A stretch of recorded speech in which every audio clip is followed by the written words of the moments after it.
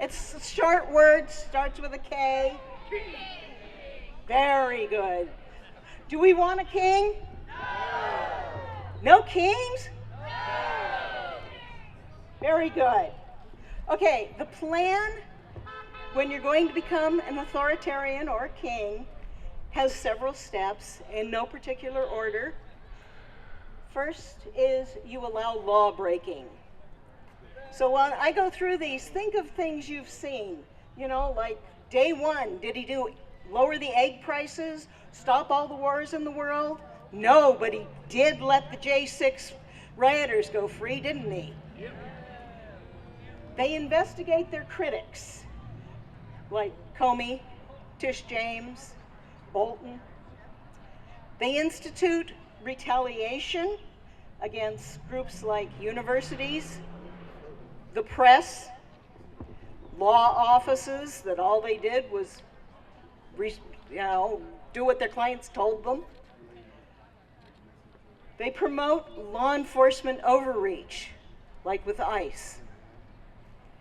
They deploy the military domestically, like he's trying to do in LA, Chicago, and DC. He hasn't been real successful at deploying them as a military, but it's obviously an attempt. And the last thing the authoritarian does is refuse to leave.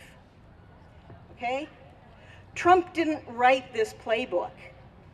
So we know what it takes to do this, and we know what it takes to defeat it.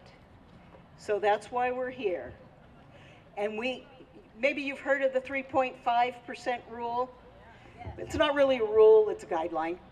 But what it says is that if 3.5% of the population participates in sustained, non-violent, non-cooperation, they can overthrow the authoritarian.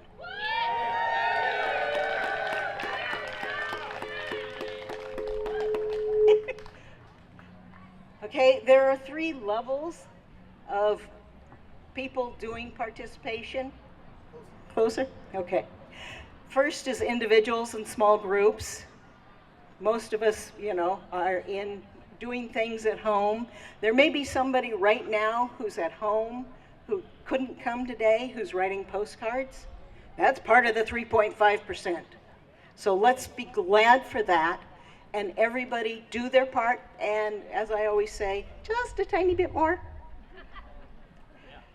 The individuals and groups might be good at, they might only wear a button to show that they're in solidarity with us. They might be writing letters or postcards. They might be calling their congressman on a daily basis. They might be bird dogging.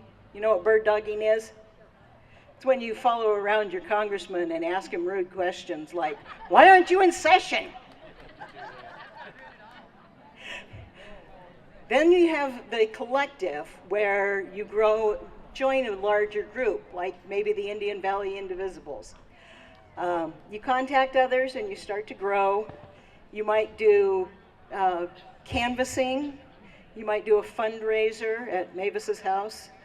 You might do local boycotts or advertisers. In labor, you probably belong to a union or know somebody who does. Can your union do something?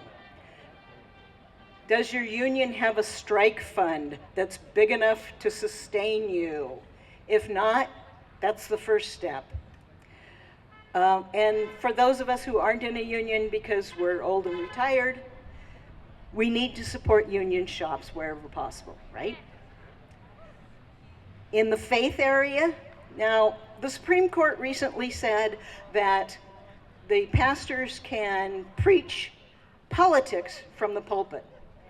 Dumbest thing I think that the conservatives have ever done, because there's a lot more pastors preaching love and caring about our immigrant neighbors than there are teaching hate.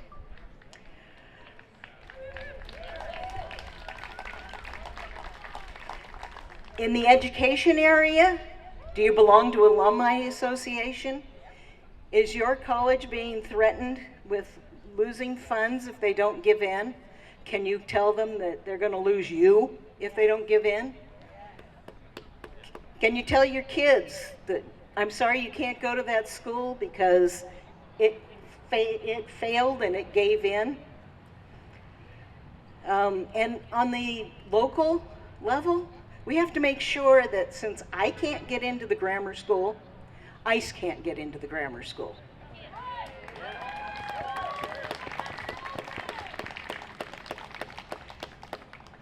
Civil service.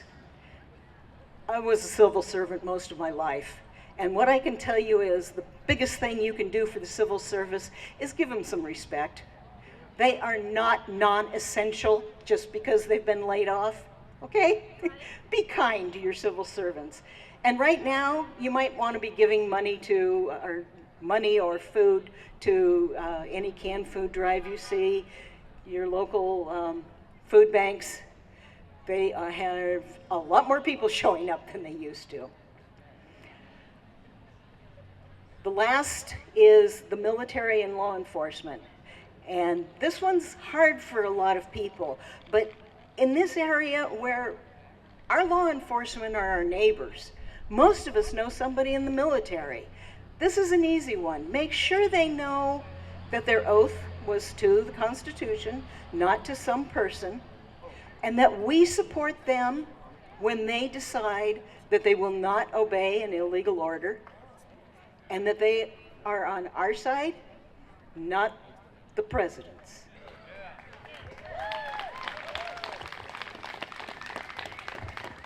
Okay, now over on the Indian Valley Indivisibles table, we have 6 of these pillars, and I would really appreciate it if, as you have time, you'd go over there with ideas of what we can do to support the pillars coming to us, and write them down on those pillars. And also we have handouts you can take home, so you don't have to decide today. You can think about it. And if you have your ballot with you, leave your sign here and go drop your ballot off, please. And if you have already voted, thank you.